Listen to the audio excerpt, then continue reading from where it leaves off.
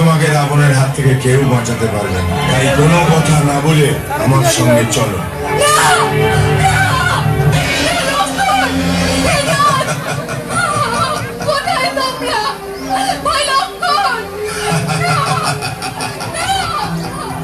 চেঁচাও, আরো চেঁচাও। চলো চলো সীতা।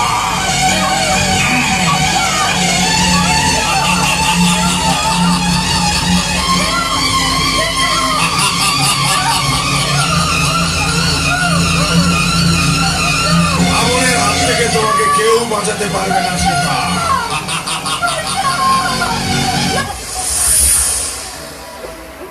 কখনো কখনো পৃথিবীতে খুবই খারাপ অবস্থা বিরাজ করে।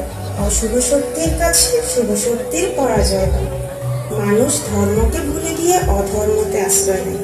চারদিকে দুঃখের আর্তনাদ শোনা যায়। এই অবস্থা দেখে ধার্মিক ব্যক্তিদের হৃদয় কেঁদে ওঠে। তারা ঈশ্বরের নিকট দুঃখমোচনের আকুল প্রার্থনা জানান। তখন করুণাময় ঈশ্বর জগতের কল্যাণের জন্য পৃথিবীতে অবতীর্ণ হন। তিনি অশান্তি দূর করে শান্তি প্রতিষ্ঠা করেন। তিনি দুষ্কৃতিকারীদের ধ্বংস করেন, সাধু সজ্জনদের রক্ষা করেন এবং ধর্ম প্রতিষ্ঠা করেন।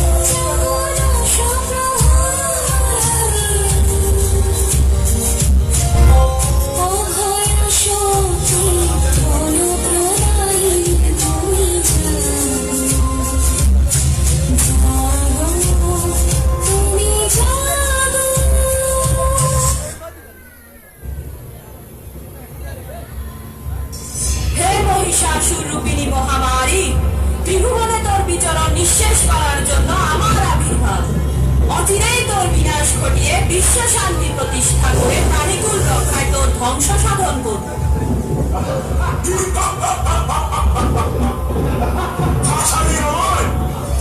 তুই সামান্য নারী, জানিস না আমার ক্ষমতা, আমার বিস্তার, পুরো বিশ্বে আমার দাবত। মানবকে ধ্বংস করাই আমার লক্ষ্য। আজ দিকে দিকে আমার জয়ধ্বনি হবে। তাহলে দেখ আমার ক্ষমতা।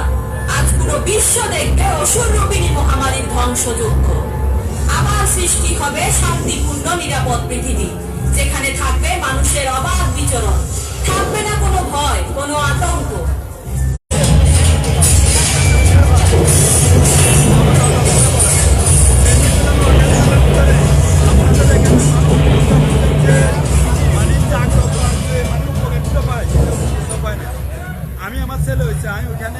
মা, ক্ষমা করে দাও মা, ক্ষমা করে দিয়ে তোমার পদতলে আমাকে ঠাঁই দাও মা গো। তোমার পদতলে রেখে আমায় তোমার পুজোর অংশীদার করো মা।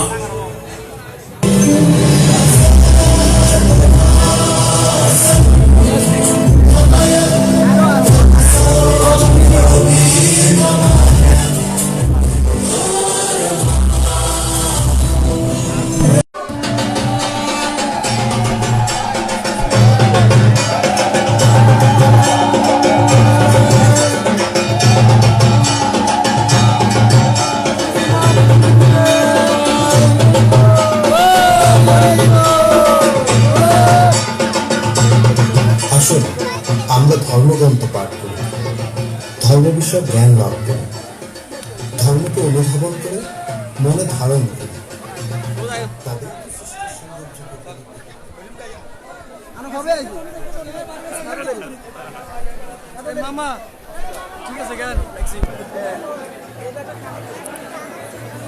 যারা যারা এবার বাসন্তী পূজা অংশগ্রহণ করতে পারেন নাই বা দূর দূরান্তে আছেন, সকলে আমার এই লাইভটা শেয়ার করে নিজে দর্শন করুন এবং অন্যকে দর্শন করার সুযোগ করে দিন। জয় মা বাসন্তী, সকলকে বাসন্তী পূজার শারদীয় শুভেচ্ছা।